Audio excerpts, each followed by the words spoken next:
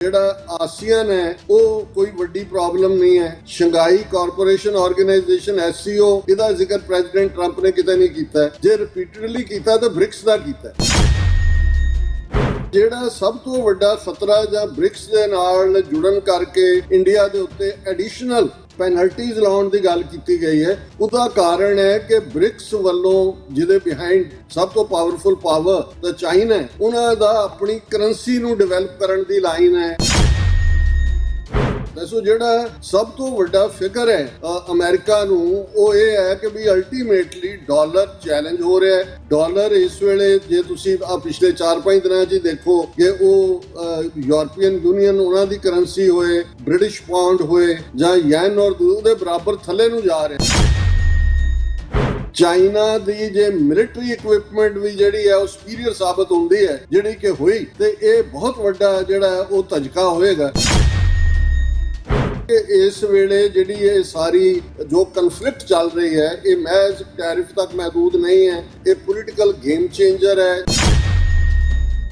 China ਨੇ within system ਕੋਈ interfere ਨਹੀਂ ਕੀਤਾ ਵੀ ਰਜੀਮ ਚੇਂਜ ਕਰਨੀ ਹੈ, ਔਰ ਅਮਰੀਕਨ ਪਾਲਿਸੀ ਜਿਹੜੀ ਹੈ ਉਹ ਰਜੀਮ ਚੇਂਜ ਦੇ ਉੱਤੇ ਹੀ ਬੇਸਡ ਰਹੀ। ਇਹੀ ਵੱਡਾ ਕਾਰਨ ਹੈ ਕਿ ਅੱਜ ਚਾਈਨਾ ਉਹ ਡਿਵੈਲਪਮੈਂਟ ਮਾਡਲ ਦੇ ਥੱਲੇ ਸਾਊਥ ਅਮਰੀਕਾ 'ਚ ਵੀ ਹੈ, ਯੂਰਪ ਦੇ ਵਿੱਚ ਵੀ ਹੈ, ਅਫਰੀਕਾ ਦੇ ਵੀ ਸਾਰੇ ਪਾਸਿਆਂ 'ਚ ਹੈ। ਉਸ ਸਾਰੇ 'ਚੋਂ ਅਮਰੀਕਾ ਨੂੰ ਲੱਗਦਾ ਵੀ ਉਹ ਪਛੜ ਗਿਆ।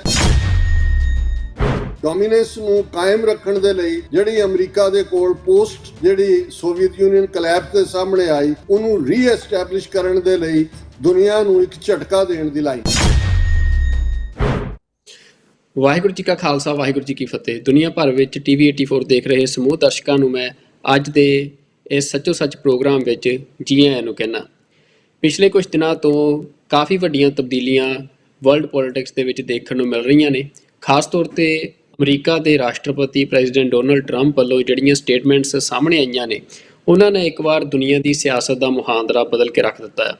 ਤੇ ਖਾਸ ਤੌਰ ਦੇ ਉੱਤੇ ਭਾਰਤ ਦੇ ਹਵਾਲੇ ਨਾਲ ਜੇ ਗੱਲ ਕਰਨੀ ਹੋਵੇ ਤਾਂ ਭਾਰਤ ਦੇ ਪ੍ਰਤੀ ਕਾਫੀ ਸਖਤ ਰੁਖ ਜਿਹੜਾ ਪ੍ਰੈਜ਼ੀਡੈਂਟ ਟਰੰਪ ਦਾ ਉਹ ਦੇਖਣ ਨੂੰ ਮਿਲਿਆ, ਕਿਉਂਕਿ ਪਿਛਲੇ ਕੁਝ ਮਹੀਨਿਆਂ ਤੋਂ ਲਗਾਤਾਰ ਭਾਰਤ ਦੇ ਜਿਹੜੇ ਵਫਦ ਆ ਅਮਰੀਕਾ ਦੌਰੇ ਕਰ ਰਹੇ ਸਨ ਤੇ ਲਗਾਤਾਰ ਜਿਹੜੀਆਂ ਟ੍ਰੇਡ ਨੈਗੋਸ਼ੀਏਸ਼ਨ ਸੀ ਉਹ ਚੱਲ ਰਹੀਆਂ ਸੀ। ਤੇ ਭਾਰਤੀ ਮੀਡੀਆ ਦੇ ਵਿੱਚ ਇਹ ਵੀ ਕਿਹਾ ਜਾ ਰਿਹਾ ਸੀ ਕਿ ਜਿਹੜੀ ਟ੍ਰੇਡ ਨੈਗੋਸ਼ੀਏਸ਼ਨਸ ਨੇ ਉਹ ਸਫਲ ਹੋ ਰਹੀਆਂ ਨੇ, ਤੇ ਕਿਉਂਕਿ ਇੰਡੀਆ ਇਹ ਸਮਝਦਾ ਸੀ ਕਿ ਉਹਦੇ ਕੋਲ ਇੱਕ ਲੈਵਰੇਜ ਆ ਅਮਰੀਕਾ ਦੇ ਨਾਲ ਜੀਓਪੋਲੀਟੀਕਲ ਜਿਹੜੀ ਸਿਚੁਏਸ਼ਨ ਆ ਸਾਊਥ ਏਸ਼ੀਆ ਦੇ ਵਿੱਚ, ਉੱਥੇ ਇੱਕ ਸਟ੍ਰੈਟੇਜਿਕ ਪਾਰਟਨਰਸ਼ਿਪ ਦੀ। ਪਰ ਪ੍ਰੈਜ਼ੀਡੈਂਟ ਟਰੰਪ ਨੇ ਇੱਕ ਝਟਕਾ ਦਿੱਤਾ ਭਾਰਤ ਨੂੰ, ਤੇ ਉਹ ਝਟਕਾ ਵੀ ਇੰਨਾ ਵੱਡਾ ਸੀ ਕਿ ਭਾਰਤ ਦੇ ਪੈਰਾਂ ਥੱਲੇੋਂ ਜ਼ਮੀਨ ਨਿਕਲ ਗਈ ਆ। ਜਿਹਦੇ 'ਚ ਪ੍ਰੈਜ਼ੀਡੈਂਟ ਟਰੰਪ ਨੇ ਜਿੱਥੇ ਭਾਰਤ ਦੇ ਉੱਤੇ ਟੈਰਿਫ ਲਾਉਣ ਦਾ ਐਲਾਨ ਕੀਤਾ 1 ਤਰੀਕ ਤੋਂ, ਭਾਵ ਅੱਜ ਜਦੋਂ ਅਸੀਂ ਇਹ ਗੱਲਬਾਤ ਕਰ ਰਹੇ ਹਾਂ, ਤੇ ਨਾਲ ਹੀ ਜਿਹੜੀਆਂ ਪੈਨਲਟੀਜ਼ ਦੀ ਗੱਲ ਕੀਤੀ ਹੈ, ਜਿਹੜਾ ਕਿ ਭਾਰਤ ਦੇ ਵਿੱਚ ਬਹੁਤ ਖਤਰਨਾਕ ਸਮਝਿਆ ਜਾ ਰਿਹਾ, ਕਿਉਂਕਿ ਇਹਨਾਂ ਪੈਨਲਟੀਜ਼ ਦੇ ਨਾਲ ਡੋਨਲਡ ਟਰੰਪ ਨੇ ਜਿਹੜੀ ਗੱਲ ਦਾ ਜ਼ਿਕਰ ਕੀਤਾ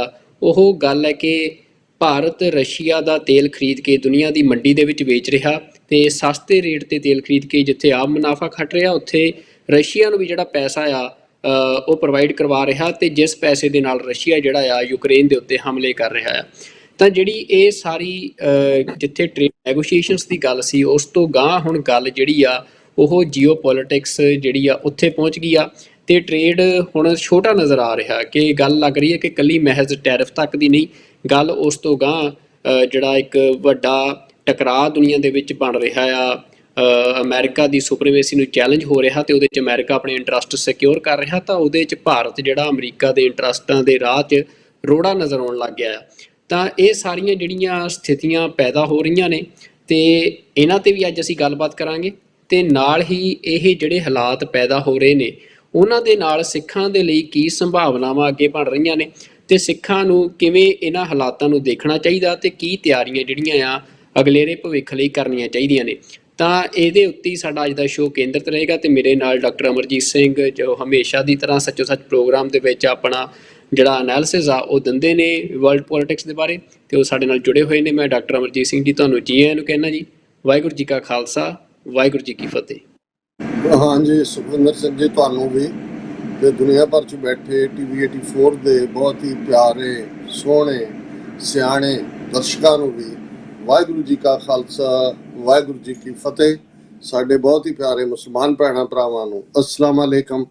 ਗੰਗਾ ਜਮਨੀ ਤਹਿਜ਼ੀਬ ਦੇ ਹਿੰਦੂ ਤਵੀਆਂ ਨੂੰ ਨਮੋ ਨਮੇ, ਤੇ ਬਾਕੀ ਸਭ ਵੀਰਾਂ ਭੈਣਾਂ ਨੂੰ ਆਦਾਬ ਅਰਜ਼। ਡਾਕਟਰ ਸਾਹਿਬ, ਜਿਵੇਂ ਮੈਂ ਭੂਮਿਕਾ ਬੰਨ੍ਹ ਦਿੱਤੀ ਆ ਤੇ ਮੈਂ ਜੋ ਜਾਣਨਾ ਚਾਹੁੰਦਾ ਤੁਹਾਤੋਂ ਅੱਜ ਦੇ ਸ਼ੋਅ ਦੇ ਵਿੱਚ, ਉਹਦੇ 'ਚ ਪਹਿਲਾ ਸਵਾਲ ਮੇਰਾ ਇਹੀ ਆ ਕਿ ਇੱਕ ਜਿਹੜਾ ਝਟਕਾ ਦਿੱਤਾ ਆ ਭਾਰਤ ਨੂੰ, ਜਿੱਥੇ ਗੱਲ ਟ੍ਰੇਡ ਨੈਗੋਸ਼ੀਏਸ਼ਨਸ ਦੀ ਚੱਲ ਰਹੀ ਸੀ, ਟ੍ਰੇਡ ਦੇ ਉੱਤੇ ਫੋਕਸਡ ਸੀ, ਪਰ ਡੋਨਲਡ ਟਰੰਪ ਜਿਹੜਾ ਰਸ਼ੀਅਨ ਐਂਗਲ ਲੈ ਕੇ ਆਏ ਆ ਵਿੱਚ ਭਾਰਤ ਦੇ ਹਵਾਲੇ ਦੇ ਨਾਲ, ਤੇ ਉਸ ਚੀਜ਼ ਨੇ ਇਹ ਗੱਲ ਵੱਲ ਇਸ਼ਾਰਾ ਕੀਤਾ ਹੈ ਕਿ ਮਸਲਾ ਇਕੱਲਾ ਟ੍ਰੇਡ ਦਾ ਨਹੀਂ, ਮਸਲਾ ਟ੍ਰੇਡ ਤੋਂ ਗਾਂਹ ਪਹੁੰਚ ਗਿਆ। ਤੇ ਤੁਸੀਂ ਕਿਵੇਂ ਦੇਖ ਰਹੇ ਹੋ ਕਿ ਰਸ਼ੀਅਨ ਐਂਗਲ ਨੂੰ ਇੰਡੀਆ ਦੇ ਨਾਲ ਜੋੜ ਕੇ ਜਿਵੇਂ ਪ੍ਰੈਜ਼ੀਡੈਂਟ ਟਰੰਪ ਲੈ ਕੇ ਆਏ ਆ, ਕੀ ਹੁਣ ਗੱਲ ਕਿਸੇ ਟ੍ਰੇਡ ਦੇ ਸਮਝੌਤੇ ਤੱਕ ਸੀਮਿਤ ਹੈ ਜਾਂ ਗੱਲ ਉਸ ਤੋਂ ਗਾਂਹ ਪਹੁੰਚ ਚੁੱਕੀ ਆ? ਦੇਖੋ, ਤੁਸੀਂ ਬੜਾ ਯੂਜ਼ਫੁਲ ਨੁਕਤਾ ਪਹਿਲੀ ਗੱਲਬਾਤ ਦੀ ਇੰਟਰੋਡਕਸ਼ਨ ਦੇ ਵਿੱਚ ਹੀ ਦਿੱਤਾ ਹੈ। ਬਹੁਤ ਵਾਰ ਜਿਹੜੀ ਟਰਮੀਨੋਲੋਜੀ ਹੁੰਦੀ ਹੈ ਉਹ ਬਹੁਤ ਮੈਟਰ ਕਰਦੀ ਹੈ, ਔਰ ਜਿਹੜੀ ਟਰਮੀਨੋਲੋਜੀ ਪਿਛਲੇ ਆਲਮੋਸਟ 6 ਮਹੀਨਿਆਂ 'ਚ ਜਦੋਂ ਤੋਂ ਪ੍ਰੈਜ਼ੀਡੈਂਟ ਟਰੰਪ ਉਹਨਾਂ ਨੇ 20 ਜਨਵਰੀ ਨੂੰ ਸਹੁੰ ਚੁੱਕੀ ਪ੍ਰੈਜ਼ੀਡੈਂਸੀ ਦੀ, ਇਸ ਸਾਰੀ ਨੀਤੀ ਨੂੰ ਜਿਹਨੂੰ ਟੈਰਿਫ ਵਾਰਫੇਅਰ ਵੀ ਕਿਹਾ ਜਾ ਰਿਹਾ ਹੈ, ਟ੍ਰੇਡ ਵਾਰਫੇਅਰ ਵੀ ਕਿਹਾ ਜਾ ਰਿਹਾ ਹੈ, ਲੇਕਿਨ ਇਸ ਤੋਂ ਮਚ ਮੋਰ ਹੈ, ਜਿਹਨੂੰ ਅੰਗਰੇਜ਼ੀ ਦੀ ਐਕਸਪ੍ਰੈਸ਼ਨ ਹੈ ਕਿ ਮਚ ਮੋਰ ਦੈਨ ਵਟ ਮੀਟਸ ਦਾ ਆਈ। ਇਹ ਮਹਿਜ਼ ਟ੍ਰੇਡ ਜਾਂ ਟੈਰਿਫ ਵਾਰਫੇਅਰ ਨਹੀਂ ਹੈ। ਐਕਚੁਅਲੀ ਇਸ ਸਾਰੇ ਨੂੰ ਜੇ ਅਸੀਂ ਬੜੇ ਧਿਆਨ ਨਾਲ ਦੇਖਾਂਗੇ ਤੇ ਜੇ 20ਵੀਂ ਸਦੀ ਦੇ ਸਾਰੇ ਪੀਰੀਅਡ ਦੇ ਉੱਤੇ ਇੱਕ ਪੰਛੀ ਝਾਤ ਵੀ ਮਾਰਾਂਗੇ ਕਿ ਕਿਹਨਾਂ ਹਾਲਾਤਾਂ ਨੇ ਫਸਟ ਵਰਲਡ ਵਾਰ ਲਿਆਂਦਾ 1914 ਤੋਂ 1918 ਤੱਕ, ਔਰ ਕਿਹੜੇ ਹਾਲਾਤ ਸੀ ਕਿ ਜਦੋਂ ਤੱਕ ਫਸਟ ਵਰਲਡ ਵਾਰ ਨੂੰ ਮੁੱਕਿਆ ਅਜੇ 20 ਸਾਲ ਵੀ ਨਹੀਂ ਸੀ ਹੋਏ ਤੇ ਦੂਸਰੇ ਵਰਲਡ ਵਾਰ ਦੀ ਸ਼ੁਰੂਆਤ ਹੋ ਜਾਂਦੀ ਹੈ, ਕਿਉਂਕਿ ਉਸ ਦਾ ਸੰਬੰਧ ਵੀ ਅਲਟੀਮੇਟਲੀ ਇਕਨੋਮਿਕਲ ਵੀ, ਪੋਲੀਟੀਕਲ ਡੋਮੀਨੈਂਸ ਵੀ, ਔਰ ਜਰਮਨ ਨੂੰ ਲੱਗਾ ਕਿ ਉਹਦੇ ਨਾਲ ਜਿਹੜੀਆਂ ਟ੍ਰੀਟੀਜ਼ ਹੋਈਆਂ ਉਸ ਦੇ ਵਿੱਚ ਧੱਕਾ ਹੋਇਆ, ਉਸ ਦੀ ਇੰਪੋਰਟੈਂਸ ਨੂੰ ਘਟਾ ਦਿੱਤਾ ਗਿਆ। ਔਰ ਫਿਰ ਜਦੋਂ ਅਸੀਂ ਸੈਕੰਡ ਵਰਲਡ ਵਾਰ ਤੋਂ ਪਹਿਲਾਂ ਦੇ ਹਾਲਾਤ ਵਿਦਿਨ ਅਮਰੀਕਾ ਦੇ ਦੇਖਦੇ ਹਾਂ, ਕਿਉਂਕਿ ਇਸ ਵੇਲੇ ਅਮਰੀਕਾ ਇੱਕੋ ਇੱਕ ਸੁਪਰ ਪਾਵਰ ਹੋਣ ਦੇ ਨਾਤੇ ਇਹ ਸਾਰੀ ਜੋ ਵੀ ਨਵੀਂ ਵਰਲਡ ਆਰਡਰ ਦੀ ਗੱਲ ਜਾਂ ਟੈਰਿਫ ਵਾਰਫੇਅਰ ਦੀ ਹੈ, ਇਸ ਨੂੰ ਲੀਡ ਕਰ ਰਿਹਾ ਹੈ। ਤੇ ਸਾਨੂੰ ਅਮਰੀਕਾ ਦਾ ਲੇਟ 1920s ਔਰ ਅਰਲੀ 1930s ਦਾ ਪੀਰੀਅਡ ਦੇਖਣਾ ਹੋਏਗਾ, ਜਿਸ ਨੂੰ ਅਮਰੀਕਾ ਦੀ ਹਿਸਟਰੀ 'ਚ ਗ੍ਰੇਟ ਡਿਪਰੈਸ਼ਨ ਕਿਹਾ ਜਾਂਦਾ ਹੈ।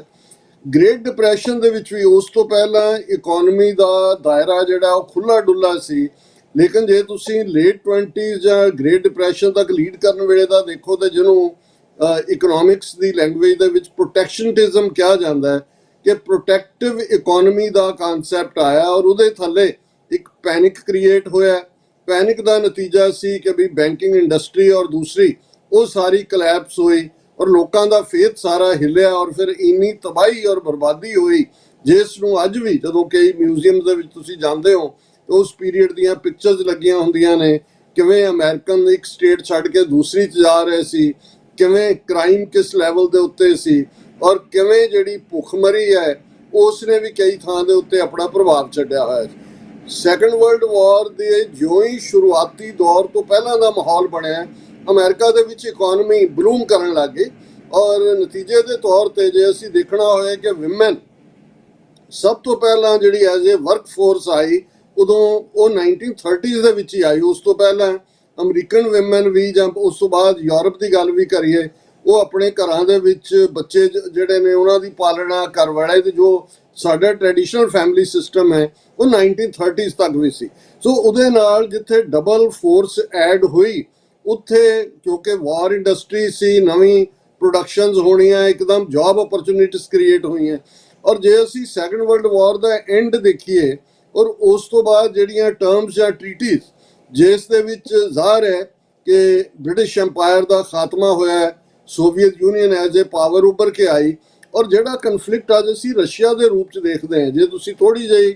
ਪਿੱਛੇ ਝਾਤੀ ਮਾਰੋ, ਇਹ crisis immediately second world war ਤੋਂ ਬਾਅਦ ਸ਼ੁਰੂ ਹੋ ਗਿਆ ਸੀ। ਔਰ ਜੇ ਜਰਮਨ ਵਾਲ ਦੀ ਗੱਲ ਕਰੀਏ ਕਿ ਈਸਟ ਔਰ ਵੈਸਟ ਜਰਮਨ ਦੇ ਵਿੱਚ ਦੋਨੋਂ ਪਾਸੇ ਦੀਆਂ ਫੌਜਾਂ ਆਮੋ ਸਾਹਮਣੇ ਸੀ, ਔਰ ਇਹ ਉਹ ਪੀਰੀਅਡ ਸੀ ਕਿ ਚਰਚਿਲ ਵਰਗੇ ਬੰਦੇ ਨੇ ਇਹ ਮਹਿਸੂਸ ਕਰ ਲਿਆ ਸੀ ਕਿ ਨੈਕਸਟ ਵੱਡਾ ਡੇਂਜਰ ਸੋਵੀਅਤ ਯੂਨੀਅਨ ਹੈ। ਈਸਟਰਨ ਯੂਰਪ ਦਾ ਵੱਡਾ ਹਿੱਸਾ ਉਹਨਾਂ ਦੀ ਸਪੈਲ ਥੱਲੇ ਸੀ, ਔਰ ਉਸ ਵੇਲੇ ਚਰਚਿਲ ਨੇ ਸੁਜੈਸਟ ਕੀਤਾ ਸੀ ਟਰੂਮੈਨ ਨੂੰ ਔਰ ਦੂਸਰਾ ਕਿ ਵੀ ਤੁਹਾਡੇ ਕੋਲ ਐਟਮ ਹੈ, ਇਹਨਾਂ ਦਾ ਕੰਮ ਵੀ ਨਾਲ ਹੀ ਕਰ ਦਿਓ, ਨਹੀਂ ਤਾਂ ਇਹ ਵੱਡਾ ਚੈਲੰਜ ਹੋਏਗਾ। ਔਰ ਅਸੀਂ ਉਹਦੇ ਫੋਲੋ ਅਪ 'ਚ ਦੇਖਦੇ ਹਾਂ ਕਿ ਜਿਹੜਾ ਪੋਸਟ ਸੈਕੰਡ ਵਰਲਡ ਵਾਰ ਇੱਕ ਸਾਰਾ ਗਲੋਬਲ ਢਾਂਚਾ ਬਣਿਆ, ਜਿਹਦੇ 'ਚ ਯੂਨਾਈਟਿਡ ਨੇਸ਼ਨਸ ਨੂੰ ਅਸੀਂ as a representative body of nations ਦੇਖਦੇ ਹਾਂ, ਉਸ ਤੋਂ ਬਾਅਦ ਜਿਹੜੀਆਂ ਇਕਨੋਮਿਕਲ ਸੰਸਥਾਵਾਂ 50 60 'ਚ ਬਣਦੀਆਂ ਚਲੀਆਂ ਗਈਆਂ, ਜਿਨ੍ਹਾਂ ਦੇ ਵਿੱਚ ਵਰਲਡ ਬੈਂਕ ਹੈ, IMF ਹੈ, ਔਰ ਸਭ ਤੋਂ ਕਰੂਸ਼ਲ ਪਾਰਟ ਸੀ ਡਾਲਰ ਦੀ ਡੋਮੀਨੈਂਸ। ਜਦੋਂ ਤੱਕ ਅਸੀਂ ਲੇਟ 60s ਤੱਕ ਦੇਖਦੇ ਹਾਂ, ਇੰਟਰਨੈਸ਼ਨਲ ਲੈਵਲ ਦੇ ਉੱਤੇ ਜਿਹੜਾ ਪਹਿਲਾ ਚੱਲ ਰਿਹਾ ਸਿਸਟਮ ਸੀ ਗੋਲਡ ਵਰਸਸ ਜੋ ਵੀ ਉਹਨਾਂ ਦੀ ਪ੍ਰਿੰਟਿੰਗ ਦਾ ਸੀ, ਉਹਦੀ ਥਾਂ ਡਾਲਰ ਨੇ ਡੋਮੀਨੇਟ ਕਰਨਾ ਸ਼ੁਰੂ ਕਰ ਦਿੱਤਾ। ਹੁਣ ਵੀ ਜੇ ਤੁਸੀਂ ਦੇਖੋਗੇ, ਹੁਣ ਮੈਂ ਇੱਕਦਮ ਫਾਸਟ ਫਾਰਵਰਡ ਕਰਕੇ ਕਰੰਟ ਤੇ ਆਵਾਂ,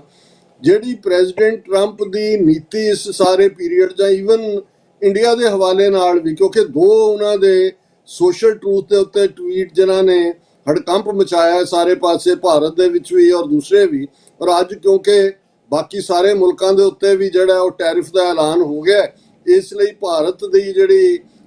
ਫੜਫੜਾਹਟ ਹੈ ਜਾਂ ਉਹਨਾਂ ਦਾ ਦੀ ਘਬਰਾਹਟ ਹੈ ਉਹ ਕਿਤੇ ਨਾ ਕਿਤੇ ਬੈਕ ਬਰਨਰ ਤੇ ਚਲੀ ਗਈ ਹੈ। ਕਿਉਂਕਿ ਜਦੋਂ ਜਿਹੜੀਆਂ ਫਰੈਂਡਲੀ ਕੰਟਰੀਜ਼ ਵੀ ਨੇ, ਸਾਊਥ ਕੋਰੀਆ ਹੋਏ, ਵੀਅਤਨਾਮ ਹੋਏ, ਔਰ ਜਿਹੜਾ ਟੈਰਿਫ ਦੇ ਰੇਟ ਅਨਾਉਂਸ ਕੀਤੇ ਗਏ ਨੇ, ਉਹਦੇ 'ਚ ਭਾਰਤ ਵਾਲਿਆਂ ਨੂੰ ਵੀ ਲੱਗਣ ਲੱਗ ਗਿਆ ਹੋਣਾ ਕਿ 25% ਕੋਈ ਬਹੁਤ ਜ਼ਿਆਦਾ ਨਹੀਂ ਹੈ, ਕਿਤੇ 35 ਹੈ, ਕਿਤੇ 30 ਹੈ। ਤੇ ਜਿਹੜੇ ਈਵਨ ਫਰੈਂਡਲੀ ਮੁਲਕਾਂ ਨਾਲ ਵੀ, ਜੇ ਪਾਕਿਸਤਾਨ ਜਿਹਦੇ ਪ੍ਰਤੀ ਪ੍ਰੈਜ਼ੀਡੈਂਟ ਟਰੰਪ ਨੇ ਜਾਂ ਅਮਰੀਕਾ ਨੇ ਜਿਹੜਾ ਉਹ ਬੜਾ ਦੋਸਤਾਨਾ ਦਿਖਾਇਆ, ਉਹਨਾਂ ਦੇ ਉੱਤੇ ਵੀ 19% ਹੈ, 19% ਹੈ। ਸੋ ਗੱਲ ਸ਼ਾਇਦ ਜਿਹੜੀ ਭਾਰਤ ਦੇ ਲਈ ਵੀ, ਔਰ ਜਦੋਂ ਤੁਸੀਂ ਓਵਰਆਲ ਗਲੋਬਲ ਕੰਟੈਕਸਟ ਦੇ ਵਿੱਚ ਗੱਲ ਕੀਤੀ, ਉਹ ਇਹ ਹੈ ਕਿ ਜਦੋਂ ਬ੍ਰਿਕਸ ਹੋਂਦ ਦੇ ਵਿੱਚ ਆਉਂਦੀ ਹੈ, ਹੁਣ ਇਸ ਤੁਸੀਂ ਦੇਖੋਗੇ ਕਿ ਜਿਹੜਾ ਆਸੀਅਨ ਹੈ ਉਹ ਕੋਈ ਵੱਡੀ ਪ੍ਰੋਬਲਮ ਨਹੀਂ ਹੈ। ਸ਼ੰਘਾਈ ਕਾਰਪੋਰੇਸ਼ਨ ਆਰਗੇਨਾਈਜੇਸ਼ਨ SCO, ਇਹਦਾ ਜ਼ਿਕਰ ਪ੍ਰੈਜ਼ੀਡੈਂਟ ਟਰੰਪ ਨੇ ਕਿਤੇ ਨਹੀਂ ਕੀਤਾ। ਜੇ ਰਿਪੀਟਡਲੀ ਕੀਤਾ ਤਾਂ ਬ੍ਰਿਕਸ ਦਾ ਕੀਤਾ, ਔਰ ਬ੍ਰਿਕਸ ਦਾ ਵੀ ਇਸ ਹਵਾਲੇ ਦੇ ਨਾਲ ਇਸ ਗੱਲ ਦਾ ਧਿਆਨ ਰਹੇ ਕਿ ਬੇਸ਼ੱਕ ਜਿਹੜੇ ਉਹਦੇ 5 ਫਾਊਂਡਰ ਮੈਂਬਰ ਸੀ, ਉਹਨਾਂ ਦੇ ਵਿੱਚ ਬ੍ਰਾਜ਼ੀਲ, ਰਸ਼ੀਆ, ਇੰਡੀਆ, ਚਾਈਨਾ ਔਰ ਸਾਊਥ ਅਫਰੀਕਾ ਸੀ, ਪਰ ਹੁਣ ਬ੍ਰਿਕਸ ਦਾ ਦਾਇਰਾ ਕਾਫੀ ਵਿਸ਼ਾਲ ਹੋਇਆ। ਆਲਮੋਸਟ 30 ਤੋਂ 35% ਤੋਂ ਜ਼ਿਆਦਾ ਜਿਹੜੀ ਹੈ ਇਕਨੋਮੀ ਦੁਨੀਆ ਦੀ, ਉਸ ਵਾਲੇ ਮੈਂਬਰ ਆਏ ਨੇ। ਔਰ ਜਿਹੜਾ ਸਭ ਤੋਂ ਵੱਡਾ ਖਤਰਾ ਜਾਂ ਬ੍ਰਿਕਸ ਦੇ ਨਾਲ ਜੁੜਨ ਕਰਕੇ ਇੰਡੀਆ ਦੇ ਉੱਤੇ ਐਡੀਸ਼ਨਲ ਪੈਨਲਟੀਜ਼ ਲਾਉਣ ਦੀ ਗੱਲ ਕੀਤੀ ਗਈ ਹੈ, ਉਹਦਾ ਕਾਰਨ ਹੈ ਕਿ ਬ੍ਰਿਕਸ ਵੱਲੋਂ ਜਿਹਦੇ ਬਿਹਾਈਂਡ ਸਭ ਤੋਂ ਪਾਵਰਫੁਲ ਪਾਵਰ ਤਾਂ ਚਾਈਨਾ ਹੈ, ਉਹਨਾਂ ਦਾ ਆਪਣੀ ਕਰੰਸੀ ਨੂੰ ਡਿਵੈਲਪ ਕਰਨ ਦੀ ਲਾਈਨ ਹੈ। ਉਹਨਾਂ ਦਾ ਹਿਊਮਨ ਡਿਵੈਲਪਮੈਂਟ ਬੈਂਕ ਹੈ ਜਿਹੜਾ ਆਲਰੇਡੀ ਲੋਨ ਵੀ ਦੇ ਰਿਹਾ ਹੈ, ਔਰ ਵਿਦਨ ਬ੍ਰਿਕਸ ਜਿਹੜੀਆਂ ਕੰਟਰੀਜ਼ ਨੇ ਉਹ ਆਪੋ ਆਪਣੀ ਡਾਲਰ ਨੂੰ ਬਾਈਪਾਸ ਕਰਕੇ ਆਪੋ ਆਪਣੀ ਕਰੰਸੀ ਦੇ ਵਿੱਚ ਟ੍ਰੇਡ ਵੀ ਕਰਨ ਲੱਗ ਗਈਆਂ ਨੇ। ਜਦੋਂ ਤੱਕ ਕਿ ਕੋਈ ਸਟੈਂਡਰਡ ਕਰੰਸੀ ਉਹਨਾਂ ਦੀ ਨਹੀਂ ਆਉਂਦੀ, ਅਸੀਂ ਈਰਾਨ ਔਰ ਇੰਡੀਆ ਦੀ ਜੇ ਡੀਲ ਦੇਖੀਏ, ਭਾਵੇਂ 30% ਜਿਹੜਾ ਆਇਲ ਹੈ ਇੰਡੀਆ ਰਸ਼ੀਆ ਤੋਂ ਲੈਂਦਾ ਹੈ, ਕਾਫੀ ਈਰਾਨ ਤੋਂ ਵੀ ਹੈ, ਪਰ ਉਹ ਟ੍ਰੇਡ ਜਿਹੜੀ ਹੈ ਉਹ ਇਰਾਨੀਅਨ ਕਰੰਸੀ ਔਰ ਇੰਡੀਅਨ ਰੂਪੀ ਦੇ ਵਿੱਚ ਹੀ ਹੁੰਦੀ ਹੈ। ਇਸੇ ਤਰ੍ਹਾਂ ਰਸ਼ੀਆ ਔਰ ਇੰਡੀਆ ਦੇ ਵਿਚਾਲੇ ਵੀ ਰੂਬਲ ਔਰ ਰੂਪੀ ਦੇ ਵਿਚਾਲੇ ਹੁੰਦਾ ਹੈ। ਔਰ ਆਲਰੇਡੀ ਬ੍ਰਿਕਸ ਦੇ ਕੁਝ ਮੁਲਕਾਂ 'ਚ ਜਿਹੜੀ ਹੈ ਚਾਈਨੀਜ਼ ਕਰੰਸੀ ਯੈਨ ਦੇ ਨਾਲ ਟ੍ਰੇਡ ਦੀ ਸ਼ੁਰੂਆਤ ਹੈ। ਸੋ ਜਿਹੜਾ ਸਭ ਤੋਂ ਵੱਡਾ ਫਿਕਰ ਹੈ ਅਮਰੀਕਾ ਨੂੰ, ਉਹ ਇਹ ਹੈ ਕਿ ਵੀ ਅਲਟੀਮੇਟਲੀ ਡਾਲਰ ਚੈਲੰਜ ਹੋ ਰਿਹਾ ਹੈ। ਡਾਲਰ ਇਸ ਵੇਲੇ ਜੇ ਤੁਸੀਂ ਪਿਛਲੇ 4-5 ਦਿਨਾਂ 'ਚ ਦੇਖੋ ਕਿ ਉਹ ਯੂਰਪੀਅਨ ਯੂਨੀਅਨ ਉਹਨਾਂ ਦੀ ਕਰੰਸੀ ਹੋਏ, ਬ੍ਰਿਟਿਸ਼ ਪਾਉਂਡ ਹੋਏ ਜਾਂ ਯੈਨ ਔਰ ਉਹਦੇ ਬਰਾਬਰ ਥੱਲੇ ਨੂੰ ਜਾ ਰਿਹਾ। ਹਾਲਾਂ ਇੰਡੀਆ ਦੇ ਵਿੱਚ ਰੁਪਏ ਦਾ ਮਾੜਾ ਹਾਲ ਹੈ, ਉਹ 87-88 ਰੁਪਏ ਦੇ ਉੱਤੇ ਡਾਲਰ ਦੇ ਸਾਹਮਣੇ ਉਹਨਾਂ ਦਾ ਰੁਪਈਆ ਡਾਂਸ ਕਰ ਰਿਹਾ। ਸੋ ਇਹ ਜਦੋਂ ਅਸੀਂ ਗਲੋਬਲ ਪਾਰਟ 'ਚ ਦੇਖਦੇ ਹਾਂ, ਦੇਖੋ ਮੁਲਕਾਂ ਦੇ ਇੰਟਰਸਟ ਡੋਮੀਨੈਂਸ ਸੁਪਰਾਮੇਸੀ ਨਾਲ ਵੀ ਜੁੜੇ ਹੁੰਦੇ ਨੇ, ਪਰ in the end of the day money ਜਿਹੜੀ ਹੈ ਜਾਂ ਇਕਨੋਮੀ, ਇਹ ਵੱਡਾ ਫੈਕਟਰ ਹੁੰਦਾ ਹੈ। ਫਿਰ ਤੁਹਾਡਾ ਮਿਲਟਰੀ ਮਾਈਟ ਹੁੰਦਾ ਹੈ। ਜੇ ਮਿਲਟਰੀ ਮਾਈਟ ਦੇ ਐਂਗਲ ਤੋਂ ਵੀ ਅਸੀਂ ਦੇਖੀਏ, ਹੁਣ ਜਿਹੜਾ 4 ਰੋਜ਼ਾ ਭਾਰਤ ਪਾਕਿਸਤਾਨ ਕਨਫਲਿਕਟ ਹੈ, ਜਿਹੜਾ ਡਰੋਨ ਔਰ ਜਿਹੜਾ ਮਿਸਲ ਦੇ ਵਿੱਚ, ਔਰ ਪਹਿਲੀ ਵਾਰ ਹੈ ਕਿ ਭਾਰਤ ਪਾਕਿਸਤਾਨ ਦੇ ਵਿਚਾਲੇ ਜਿਹੜੀਆਂ ਪਿਛਲੀਆਂ 4-5 ਜੰਗਾਂ ਹੋਈਆਂ, ਇਹ ਇੱਕੋ ਇੱਕ ਸਭ ਤੋਂ ਬਰੀਫ ਟਾਈਮ ਦੀ ਲੜਾਈ ਹੈ, ਲੇਕਿਨ ਸਭ ਤੋਂ ਇਫੈਕਟਿਵ ਸਾਬਤ ਹੋਈ ਹੈ। ਇਫੈਕਟਿਵ ਇਸ ਲਿਹਾਜ਼ ਨਾਲ ਕਿ ਜੇ ਭਾਰਤ ਦੇ ਬੈਸਟ ਟੈਕਨੋਲੋਜੀ ਜਿਹੜੀ ਫਰਾਂਸ ਦੀ ਆ, ਰਾਫੇਲ ਜਹਾਜ਼ ਡਿੱਗਦੇ ਨੇ, ਔਰ ਇੱਕਦਮ ਇਹ ਪੋਲੀਟੀਕਲ ਚੇਂਜ ਵੀ ਲੈ ਆਉਂਦਾ, ਕਿਉਂਕਿ ਇਸ ਵੇਲੇ ਜਿਹੜੀ ਟੈਕਨੋਲੋਜੀ, ਸਾਇੰਸ, ਆਰਟੀਫਿਸ਼ੀਅਲ ਇੰਟੈਲੀਜੈਂਸ ਔਰ ਚਾਈਨਾ ਦਾ ਉਸ ਦੇ ਵਿੱਚ ਵੱਧਦਾ ਪ੍ਰਭਾਵ ਹੈ। ਕਿਉਂਕਿ ਕੁਝ ਅਰਸਾ ਪਹਿਲਾਂ ਪਿਛਲੇ ਬਾਈਡਨ ਐਡਮਿਨਿਸਟ੍ਰੇਸ਼ਨ ਦੇ ਵੇਲੇ ਵਾਈਟ ਹਾਊਸ 'ਚ ਇਸ ਫੀਲਡ ਦਾ ਇੱਕ ਜਿਹੜਾ ਐਕਸਪਰਟ ਸੀ ਉਹ ਰਿਜ਼ਾਈਨ ਕਰਕੇ ਚਲਾ ਗਿਆ ਸੀ ਕਿ ਸਾਨੂੰ ਇਨਫ ਫੰਡਿੰਗ ਨਹੀਂ ਦਿੱਤੀ ਜਾ ਰਹੀ, ਚੀਨ ਸਾਨੂੰ ਬੜੀ ਬੁਰੀ ਤਰ੍ਹਾਂ ਪਛਾੜ ਰਿਹਾ। ਸੋ ਇਸ ਸਾਰੇ ਪੀਰੀਅਡ 'ਚ ਕਿਉਂਕਿ ਇੱਕ ਪਾਸੇ ਜੇ ਪਾਕਿਸਤਾਨ ਵੱਲ ਦੇਖੀਏ ਤੇ ਪਾਕਿਸਤਾਨ ਨੇ ਇਸ ਵਾਰ ਜਿੰਨੀ ਟੈਕਨੋਲੋਜੀ ਇਸਤੇਮਾਲ ਕੀਤੀ ਸਣੇ ਮਿਜ਼ਾਈਲ ਜਾਂ ਡਰੋਨਸ ਤੁਰਕੀਏ ਦੇ ਨੇ, ਮਿਸਾਈਲ ਚਾਈਨਾ ਦੀਆਂ ਨੇ, ਤੇ ਅਮਰੀਕਾ ਬੇਸ਼ੱਕ ਰਾਫੇਲ ਫਰਾਂਸ ਦਾ ਹੈ, ਪਰ ਪ੍ਰੈਜ਼ੀਡੈਂਟ ਟਰੰਪ ਜਾਂ ਅਮਰੀਕਾ ਨੂੰ ਇਹ ਵੀ ਲੱਗਣ ਲੱਗ ਗਿਆ ਕਿ ਇਹ ਇਕੱਲਾ ਇਕਨੋਮੀ ਵਾਈਜ਼ ਨੰਬਰ ਵਾਈਜ਼ ਜਾਂ one belt one road initiative ਦੇ ਥੱਲੇ ਹੀ ਨਹੀਂ, ਚਾਈਨਾ ਦੀ ਜੇ ਮਿਲਟਰੀ ਇਕਵਿਪਮੈਂਟ ਵੀ ਜਿਹੜੀ ਹੈ ਉਹ ਸੁਪੀਰੀਅਰ ਸਾਬਤ ਹੁੰਦੀ ਹੈ ਜਿਹੜੀ ਕਿ ਹੋਈ, ਤੇ ਇਹ ਬਹੁਤ ਵੱਡਾ ਜਿਹੜਾ ਉਹ ਧੱਜਕਾ ਹੋਏਗਾ। ਸੋ ਅਸੀਂ ਇਹ ਸਮਝਦੇ ਹਾਂ ਕਿ ਇਸ ਵੇਲੇ ਜਿਹੜੀ ਇਹ ਸਾਰੀ ਜੋ ਕਨਫਲਿਕਟ ਚੱਲ ਰਹੀ ਹੈ ਇਹ ਮਹਿਜ਼ ਟੈਰਿਫ ਤੱਕ ਮਹਿਦੂਦ ਨਹੀਂ ਹੈ, ਇਹ ਪੋਲੀਟੀਕਲ ਗੇਮ ਚੇਂਜਰ ਹੈ। ਇਹਦੇ ਚੋਂ ਮੈਨੂੰ ਨਿਊ ਮੈਪ ਮੇਕਿੰਗ ਵੀ ਨਜ਼ਰ ਆਉਂਦੀ ਹੈ, ਕਿਉਂਕਿ ਜਿਹੜਾ ਪੋਸਟ ਸੈਕੰਡ ਵਰਲਡ ਵਾਰ ਜਿਹੜਾ ਵਰਲਡ ਕ੍ਰੀਏਟ ਹੋਇਆ, ਜਿਸ ਦੇ ਅਸੀਂ ਦੇਖਦੇ ਹਾਂ ਕਿ over a period of time, ਭਾਵੇਂ ਯੂਨਾਈਟਿਡ ਨੇਸ਼ਨਸ ਦੀ ਜਦੋਂ ਸ਼ੁਰੂਆਤ ਹੋਈ 10 ਦਸੰਬਰ 1948 ਨੂੰ charter of human rights San Francisco ਦੇ ਵਿੱਚ ਐਲਾਨਿਆ ਗਿਆ, ਤੇ ਸਿਰਫ 50 ਮੁਲਕ ਉਸ ਦੇ ਸਿਗਨੇਟਰੀ ਸਨ ਜਾਂ ਉਦੋਂ ਮੈਂਬਰ ਹੀ ਇੰਨੇ ਸਨ। ਅੱਜ ਅਸੀਂ 193 ਮੁਲਕਾਂ ਦੀ ਗੱਲ ਕਰ ਰਹੇ ਹਾਂ। ਸੋ ਇਹ ਸਾਰੇ ਵੀ 15 ਸੋਵੀਅਤ ਯੂਨੀਅਨ ਜੋ ਟੁੱਟ ਕੇ ਨਿਕਲੇ, ਯੂਗੋਸਲਾਵੀਆ ਦੇ 7 ਟੁਕੜੇ ਹੋਏ, ਚੈਕੋਸਲੋਵਾਕੀਆ ਚੋਂ ਜਿਹੜਾ ਚੈਕ ਔਰ ਸਲੋਵਾਕੀਆ ਅੱਡ ਹੋਏ, ਔਰ ਇਸੇ ਤਰ੍ਹਾਂ ਜਿਹੜੀ ਏਸ਼ੀਆ ਇਸ ਵੇਲੇ ਪ੍ਰਾਈਮ ਫੋਕਸ ਦੇ ਵਿੱਚ ਆਇਆ। ਕੱਲਾ ਹੀ ਨਹੀਂ ਵੀ ਚਾਈਨਾ ਦਾ ਰਾਈਜ਼ ਹੈ, ਪੋਪੂਲੇਸ਼ਨ ਵਾਈਜ਼ ਵੀ ਭਾਰਤ ਅਮਰੀਕਾ ਜਿਹੜਾ ਭਾਰਤ ਔਰ ਚਾਈਨਾ ਵੱਡੇ ਮੁਲਕ ਨੇ, ਔਰ ਖਾਸ ਤੌਰ ਦੇ ਉੱਤੇ ਜਿਹੜਾ ਏਸ਼ੀਆ ਦਾ ਇੱਕ ਆਪਣਾ ਪ੍ਰਭਾਵ ਹੈ ਯੂਰਪ ਦਾ। ਜਿਹੜੇ ਲੋਕ ਇਕਨੋਮਿਕਸ ਨਾਲ ਜੁੜੇ ਹੋਏ ਨੇ ਉਹ ਇਹ ਸਮਝਦੇ ਨੇ ਕਿ ਯੂਰਪ ਤਾਂ ਆਲਰੇਡੀ ਅਮਰੀਕਾ ਦੇ ਸਾਹਮਣੇ ਬਿਲਕੁਲ ਹੀਣਾ ਹੋ ਗਿਆ ਸੀ, ਕਿਉਂਕਿ ਇੱਕ ਜ਼ਮਾਨਾ ਸੀ ਕਿ ਕਲੋਨੀਅਲ ਪਾਵਰਸ ਯੂਰਪ ਦੇ ਵਿੱਚ ਹੀ ਸਨ। ਅਮਰੀਕਾ ਨੇ ਤਾਂ ਮਾੜਾ ਮੋਟਾ ਫਿਲੀਪੀਨਸ ਦੇ ਵਿੱਚ ਜਾਂ ਸਾਊਥ ਅਮਰੀਕਾ ਜਾਂ ਇੱਧਰ ਉੱਧਰ ਇੰਟਰਫੀਅਰ ਕੀਤਾ ਹੈ, ਅਮਰੀਕਾ ਕਲੋਨੀਅਲ ਪਾਵਰ ਨਹੀਂ ਸੀ। ਪਰ ਅੱਜ ਅਮਰੀਕਾ ਦੁਨੀਆ ਦੇ ਹਰ ਜੇ ਖੂੰਜਾ ਦੇਖਣਾ ਹੋਏ ਤੇ 800 ਪਲੱਸ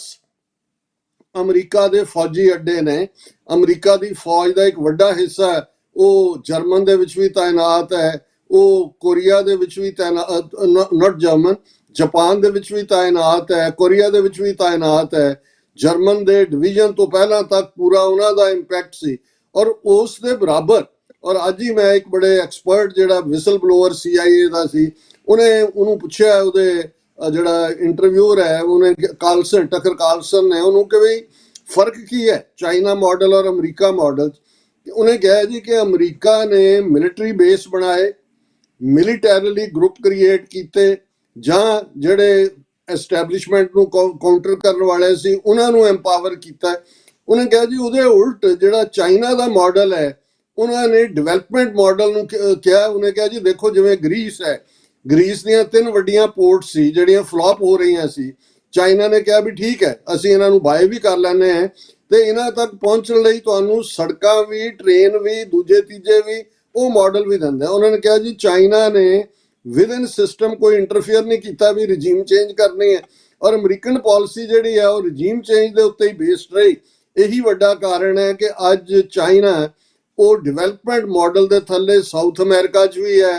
ਯੂਰਪ ਦੇ ਵਿੱਚ ਵੀ ਹੈ, ਅਫਰੀਕਾ ਦੇ ਵੀ ਸਾਰੇ ਪਾਸਿਆਂ 'ਚ ਹੈ। ਸੋ ਮੈਨੂੰ ਲੱਗਦਾ ਹੈ ਵੀ ਕਿਤੇ ਨਾ ਕਿਤੇ ਅਮਰੀਕਨ ਜਿਵੇਂ ਸਲੰਬਰ 'ਚੋਂ ਜਾਗੇ ਹੁੰਦੇ ਨੇ 1990 ਤੱਕ ਕਿ ਵਰਲਡ ਟ੍ਰੇਡ ਆਰਗੇਨਾਈਜੇਸ਼ਨ ਜਾਂ ਅਮਰੀਕਾ, ਕੈਨੇਡਾ, ਮੈਕਸੀਕੋ ਦਾ ਮਾਡਲ ਜਿਹਨੂੰ ਨਾਫਤਾ ਕਿਹਾ ਗਿਆ ਸੀ, ਔਰ ਨਾਰਥ ਅਮਰੀਕਨ ਜਿਹੜੀ ਹੈ ਉਹ ਫੋਰਨ ਟ੍ਰੇਡ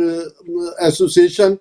ਉਸ ਸਾਰੇ 'ਚੋਂ ਅਮਰੀਕਾ ਨੂੰ ਲੱਗਦਾ ਵੀ ਉਹ ਪਛੜ ਗਿਆ। ਥੋੜੀ ਹੜਬੜਾਹਟ ਹੈ, ਥੋੜੀ ਇੰਪੇਸ਼ੈਂਸ ਹੈ, ਔਰ ਅਮਰੀਕਨ ਕਦੇ ਵੀ ਕੋਈ ਬਹੁਤ ਡੀਪਰ ਸਟੇਟਸਮੈਨਸ਼ਿਪ ਲਈ ਨਹੀਂ ਜਾਣੇ ਜਾਂਦਾ। ਇਹਨਾਂ ਦਾ ਕੰਮ ਜਿਹੜਾ ਹੈ ਉਹ ਕਾਫੀ ਸਿੱਧੀਆਂ ਸਿੱਧੇ ਚੈਲੰਜ ਕਰਕੇ ਹੀ ਹੁੰਦਾ। ਸੋ ਇਸ 'ਚ ਅਸੀਂ ਜਿਉਂ ਗੱਲਬਾਤ ਅੱਗੇ ਤੁਰੇਗੀ ਇਸ 'ਚੋਂ ਨਿਕਲਾਂਗੇ, ਪਰ ਇਹ ਗੱਲ ਦਾ ਕਰਕਸ ਬਿਲਕੁਲ ਠੀਕ ਹੈ ਕਿ ਇਹ ਮਹਿਜ਼ ਟੈਰਿਫ ਵਾਰਫੇਅਰ ਨਹੀਂ ਹੈ, ਇਹ ਇੱਕ ਵੱਡੀ ਜਿਹੜੀ ਹੈ ਉਹ ਲੜਾਈ ਹੈ। ਨਵੀਂ ਮੈਪ ਮੇਕਿੰਗ ਵੀ ਹੈ, ਨਵਾਂ ਸਟਰਕਚਰ ਵੀ ਹੈ, ਨਵਾਂ ਸਫੀਅਰ ਆਫ ਇਨਫਲੂਐਂਸ ਵੀ ਹੈ, ਔਰ ਡੋਮੀਨੈਂਸ ਨੂੰ ਕਾਇਮ ਰੱਖਣ ਦੇ ਲਈ ਜਿਹੜੀ ਅਮਰੀਕਾ ਦੇ ਕੋਲ ਪੋਸਟ ਜਿਹੜੀ ਸੋਵੀਅਤ ਯੂਨੀਅਨ ਕਲੈਪਸ ਦੇ ਸਾਹਮਣੇ ਆਈ ਉਹਨੂੰ ਰੀਐਸਟੈਬਲਿਸ਼ ਕਰਨ ਦੇ ਲਈ ਦੁਨੀਆ ਨੂੰ ਇੱਕ ਝਟਕਾ ਦੇਣ ਦੀ ਲਾਈਨ ਵੀ ਹੈ।